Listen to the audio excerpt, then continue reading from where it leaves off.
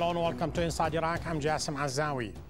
The murder of Sardasht Osman, a young aspiring journalist, has shocked Iraq and Kurdistan. Sardasht has predicted his own early death because of few articles he had written. In his brilliant and widely read pieces, he tackled corruption in the Kurdistan regional government, dared to mention President Masoud Barzani and his daughter, and lamented the death of freedom in Kurdistan. Mass demonstrations followed, and accusing fingers have been pointed at the KRG's intelligence services. But if no one can prove the murder, will Sardasht killers escape justice? To discuss the murder and surrounding circumstances of Sardasht Osman, I am joined from London by Hiwa Osman, Iraq Country Director at the Institute for War and Peace Reporting, and a former media advisor to Iraqi President Jalal Talabani, and by Hossein Mahmoud, the representative of women's freedom in Iraq. Welcome to Inside Iraq. Hossein, let us go to the very heart of the issue, and let me ask you a very simple question. Who and why Sardasht Osman was killed? Well, as you mentioned earlier on in the program as well, Sardasht Osman was killed because of his articles that he wrote lately criticizing the corrupt rulers in Kurdistan, particularly his sharp political criticism targeted Masoud Barzani and his tribe, basically, for corruption, for political violence, and so on and so forth. And why, this is the reason, really, I mean, why he was killed, because of his honesty, because of his bravery, and that because, traditionally speaking, Barzani family do not allow anybody to criticize them. I mean, I'm not here solely to accuse Masoud Barzani of carrying this out, but the majority of people who took to the streets and who are protesting to this day and they want justice for Sardasht, that's what they believe, that you know, the KRG headed by Masoud Barzani carried out this you know, assassination and kidnapping, and the kind of kidnapping and the ways in which he was kidnapped and killed. I shall come to that later on, Hossein, but meanwhile let me engage Hiwa. He is not the first to be killed, but in comparison with the rest of Iraq, where more than 200 people died and killed for a variety of reasons, Sardasht is the third journalist to be killed in Iraq. And let us say from the very top, the measure and the space for freedom in Kurdistan far outweighs what is going on in the rest of Iraq. And yet, having said that, having given the benefit to the KRG, explain to me, as well as answer Hossein, why do you think Sardasht was killed? Well, really, we have to, first of all, wait for the outcome of the investigation. It has taken much longer than it should do. No information has been provided yet as to why and how this guy was killed. The key issue here is not to predict what's happening or base our analysis or our discussion on basically on facts that we may think that they are facts, but we'll be basing our arguments on foundations that preempt the outcome of any investigation into the murder. It is if the case is if Sardasht was killed because of what he wrote, and this is the widespread belief, it is a very serious breach of freedom of expression. It is a murder that should definitely not go unpunished without without bringing the murderers. Indeed, that is the hope of justice. the people, not only in Kurdistan but the rest of the Iraq, that the murder of Sardasht as well as the murder of other Iraqi journalists will not go unpunished. But you mentioned the reason why and how. Let us just explain to our viewers the how, because enough information has trickled that this young man in his last year at Salah ad-Din University, he was just about to graduate with perfect English, an excellent writer. He was grabbed at the door of the university with 3 or 4 people. He was hauled into a car and then he disappeared for 2-3 days. His body was found in Mosul with 2 bullets, according to some of the reports, in his mouth. Perhaps there is a message there that those who open their mouths, they will be killed. Hossein, I know you are in communication with his family. Can you tell us what is the latest? What do they tell you? Well, basically, the family would want justice for Sardasht, basically. And the latest report is that it was published by the investigation committee, which was formed by the KRG itself. It's proved to be very biased, and actually it seems like they haven't done much. What they try to say is that the bullets were not shot into his mouth. Actually, they say that it was only one bullet shot into his head, and that he was not tortured, whereas there are clear evidence, and his family are very well aware, being the first people to see the body, that Sardasht was tortured very badly and that the bullets were shot into his mouth. There is a political message in that. This is basically not only two bullets shot into somebody's mouth. This is a message, a political message, that whoever have the courage and guts to criticize this regime, to criticize the Kurdish rulers, this will be their fate. That's what I believe, basically. Well, I think the key issue here is to exactly wait for the investigation. We know it's taken much longer than what it should. The report this morning, I contacted some people in Erbil, some of our journalists, who went and contacted the sources within the investigation committee, and they said the opposite. They said, even one of our reporters said that he saw the report, the medical report himself. They even went to Mosul, some of them, and said that he was not killed in his, he was not shot in his mouth. Anyway, whether he was shot in his mouth or in his head, it is a murder. At the end of the day, he died. The key issue here is Sardasht.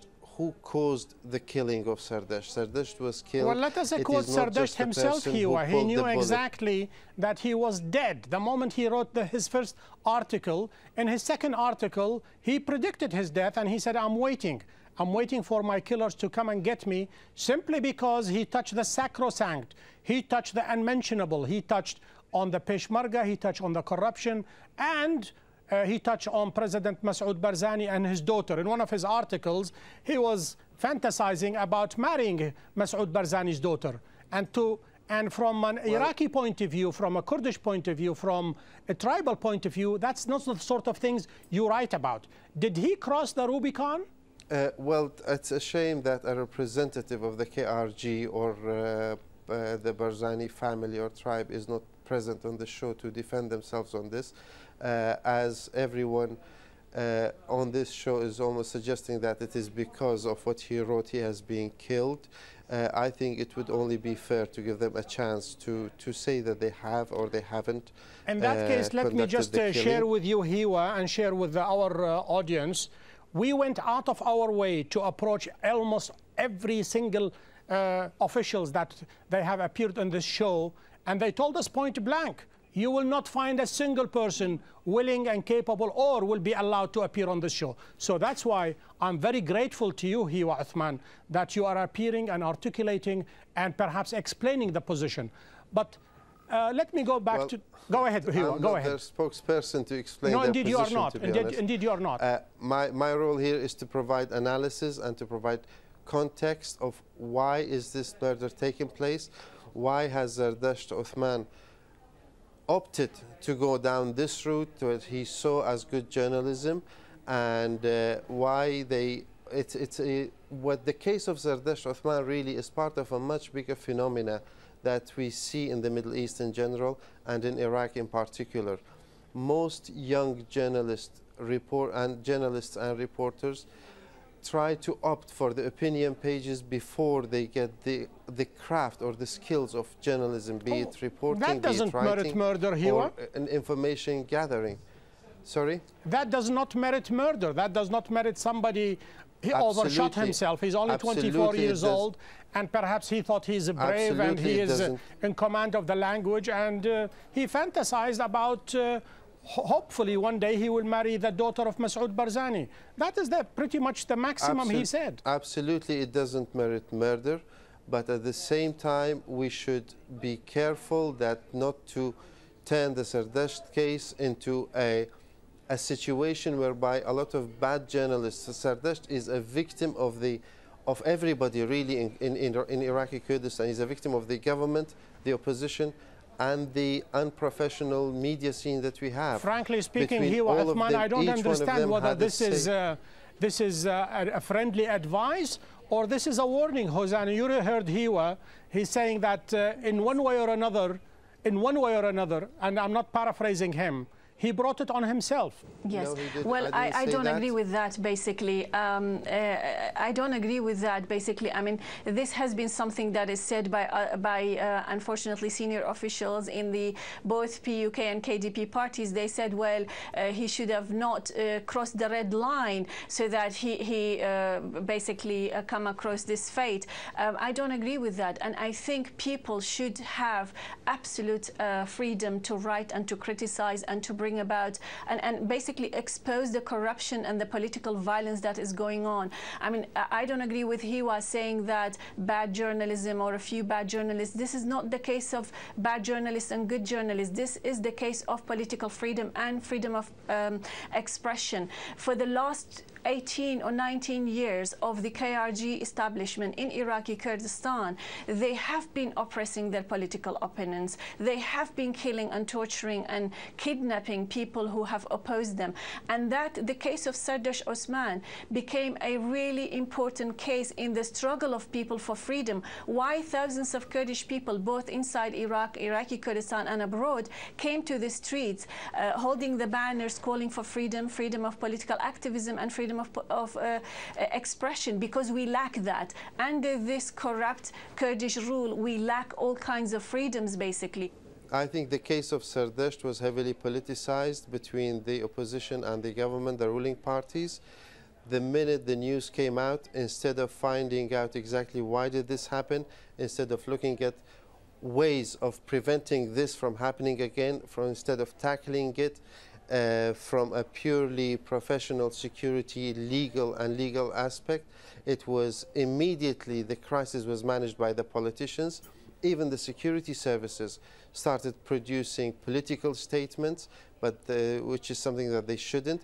The opposition immediately jumped on this occasion in order to put the people on the streets. The minute it escalated into a political confrontation between the KDP and namely the Goran group in the opposition, everybody who had a grudge against the KRG used the case of Sardasht Osman in order to get back at the KRG, to say that these guys are corrupt. Perhaps for the following reason that mentioned earlier by Hossan, and that is for the past 18 years, I'm just quoting her directly what she said. There has been intimidation, there has been murder, and there is no accountability. That's what she said. Go ahead, Hossan. This is your chance. Definitely. Yes, Jassim. The case of Sardasht Osman is not being used. The case of Sardasht Osman is basically the momentum of the people's anger and revolt against the Kurdish corrupt rulers. I mean, thousands of people. It's not only about Goran, the opposition, or other political parties or groups who are in opposition to KRG. This is about ordinary civilians who are living in dire poverty, who are living without jobs, without proper education, without proper health system, without basically, proper basic rights and basic human rights in Iraqi Kurdistan. That's why people, you can tell, the majority of ordinary Kurdish people came to the street because Sardasht Osman represented their aspirations, represented their desire for rights and freedoms and better life. Sardasht lived in poverty. Sardasht lived in poverty. That's why, he could represent the aspiration of people so well. Can I just say one thing here? The ordinary people of Kurdistan, let's not forget, just under a year ago, 70 to 80% of them went out and voted for the existing ruling regime with its opposition, okay? A few months ago, they went out and voted in another election for lists that represented the same ruling parties. So it is, I think, really taken out of proportion. Since you mentioned Goran and since you mentioned the election, Hiwa, the murdered gentleman, he was also a member of Goran. He voted for them.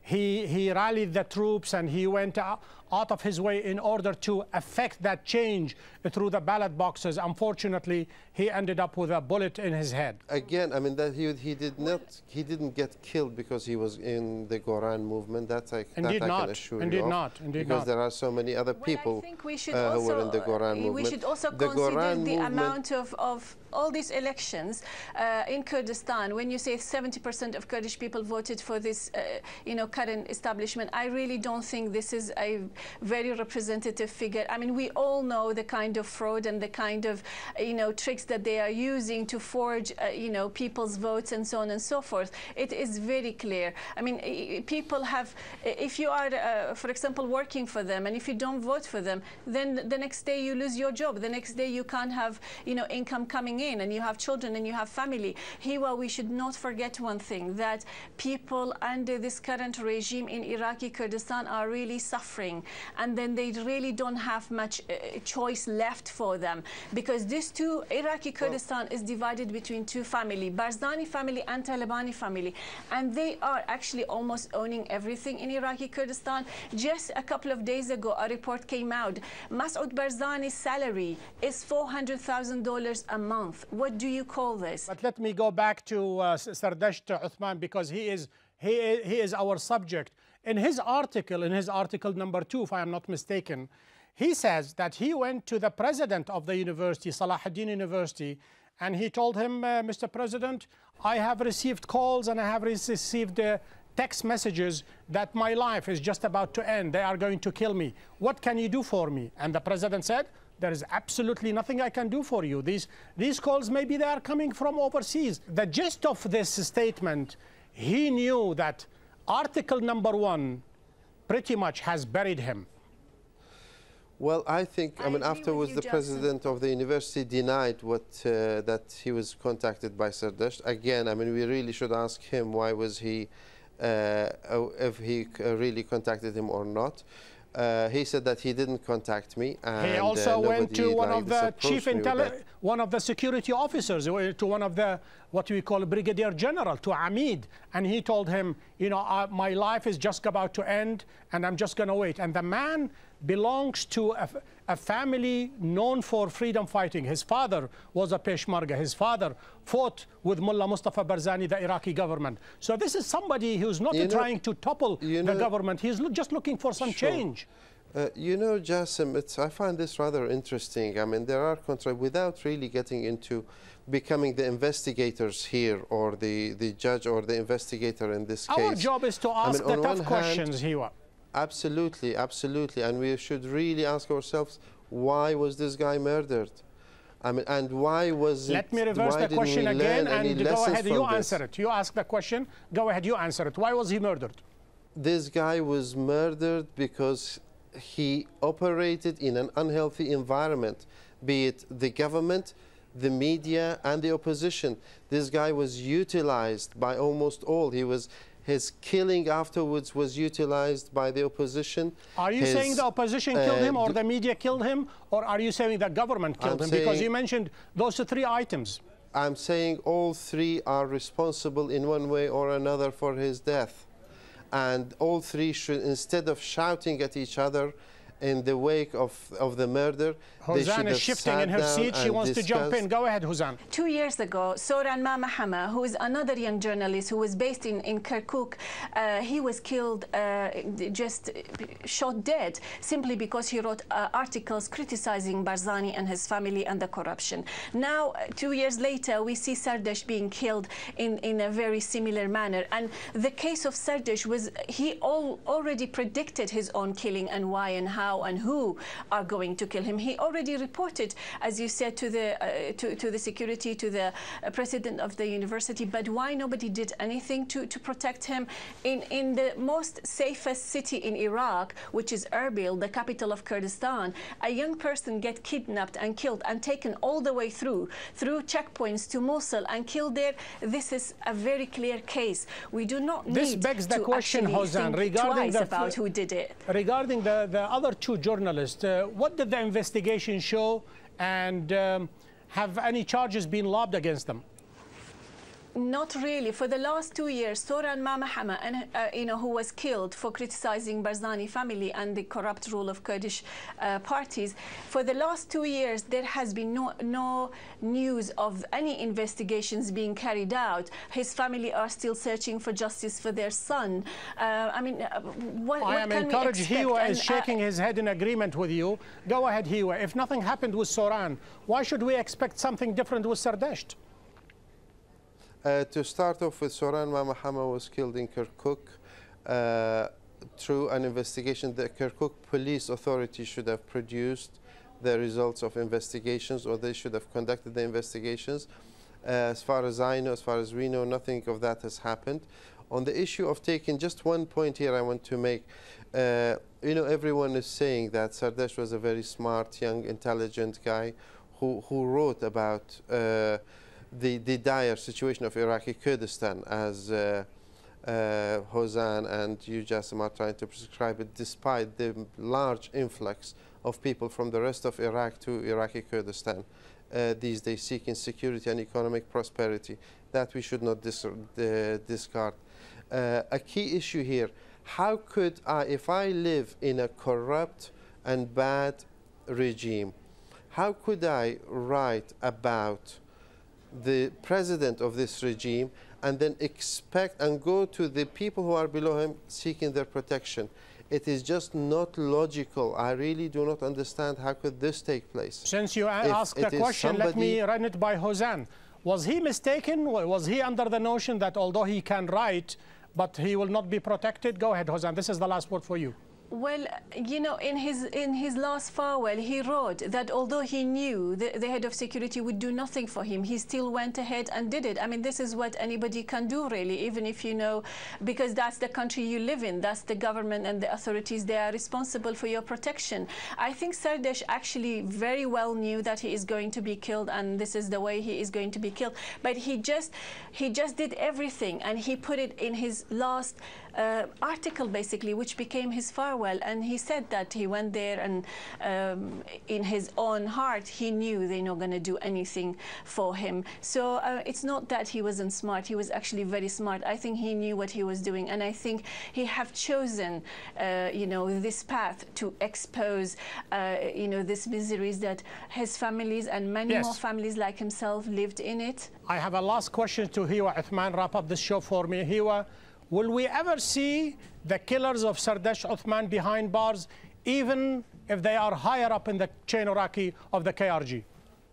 I really hope so, but the key question here should be that we should not see another Sardasht Osman, and we should all work together, government, opposition, and the media, in order to professionalize the standard of our work, to professionalize the security, and protect the fundamental freedoms of the individuals who live in Iraqi Kurdistan. And the picture in Iraqi Kurdistan isn't as bleak as Hozan tries to put it, and it is not as good as the KRG tries to put it. The reality is somewhere in between. And the job of a good media is to show the reality. Unfortunately, in Iraqi Kurdistan today, you can never get the whole story from one source. The opposition newspapers are either, they portray the place as a completely disastrous situation, and the government shows the place as Switzerland. The reality is somewhere in between. Hiwa Uthman, Hozan Mahmoud, thank you for being guests on Inside Iraq. To watch the show online, please visit our website, aljazeera.net/English. We have reached the end of this show. Join me next week when we take another look inside Iraq. Until then, this is Jassim Azzawi wishing you a fabulous week.